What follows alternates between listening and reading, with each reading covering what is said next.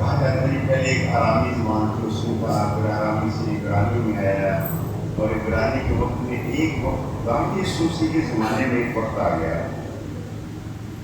خداوند یسوع مسیح کے زمانے میں ایک وقت ایسا آ گیا. کہا جاتا ہے، ہمارے علماء ہمیں بتاتے ہیں کہ یسوع مسیح کی تبلیغ کے وقت 3 بڑی چیزیں عام ہو گئی. نمبر 1 سڑکیں بن گئی. سڑکیں بن گئی مطلب روٹ طے ہو گئی کہ یہ جو سڑک ہے یہ پرفیلیا پر ہے. اس طرح نا روٹ بن گئی تو ٹریول کرنا آسان ہو گیا. نمبر 2 لینگویج ایک ہو گئی، اور وہ لینگویج تھی یونانی.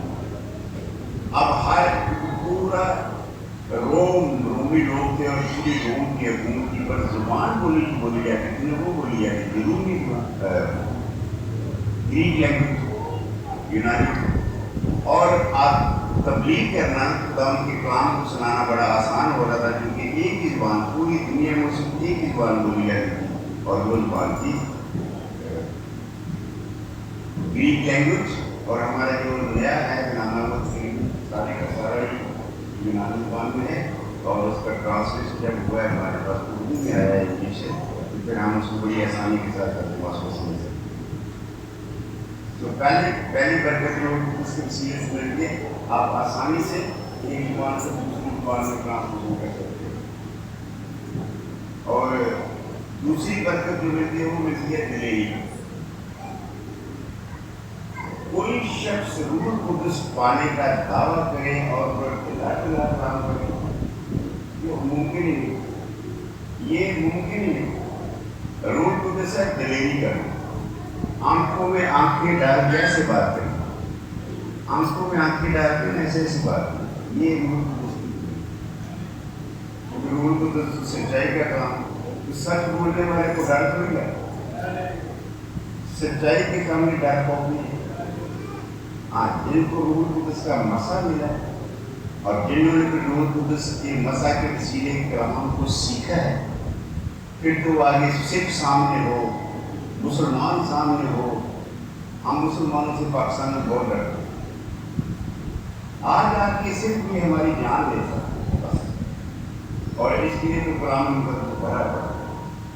اگر صرف جان لے لیں، ہمارا ایمان نہیں چھین سکتا. ہم اپنے ایمان میں مر کے جائیں تو اس سے زیادہ خوشی کی بات ہی اور کوئی نہیں کہ ہم یسوع مسیح پر ایمان رکھتے ہوئے. لیکن ایک بات ضرور جو مسیح کو یاد رکھنی چاہیے، ہم بلا وجہ ایسے تھوڑی مرتے.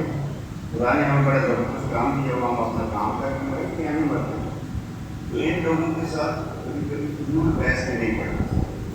ہاں، بحث ہمیشہ بحث اور کوئی جو ہوتے ہیں ہمیشہ پرابلم نہیں ہوتے. ہاں، جو سننے کے لیے تیار ہے اس کو بھی دلیری کے ساتھ تو دلیری ملتی ہے، اور بہت بڑی دلیری ملتی ہے. اور آخری بات، روح القدس ملنے سے ہمیشہ خداوند یسوع مسیح کے نام کو یاد ہوتے ہیں. جس کے پاس روح القدس کی برکت ہے وہ ہمیشہ یسوع مسیح کے in the name of Jesus, in the name of Jesus, Jesus نام کو ہمیشہ وہ پکارتے ہیں اور اس کو عزت و احترام دیتے ہیں. اور آپ سب جانتے ہیں یسوع نام ایسا نام ہے، آگے کیا آیت کی، جو سب ناموں سے یسوع نام کسی کے پاس نہیں. میں اور آپ بیٹا اس کو پرستا خوشی منایا کریں، خوش ہوا کریں، چرچ آیا کرنا، خوش آیا کریں. آپ کے چہرے کو مسرت نظر آنی چاہیے، خوشی آنی چاہیے. آپ اپنے خدا کی نہیں عبادت کریں، آپ یسوع کی عبادت کرنے آئے ہیں، آپ یسوع کی شکرداری کرنے آئے ہیں.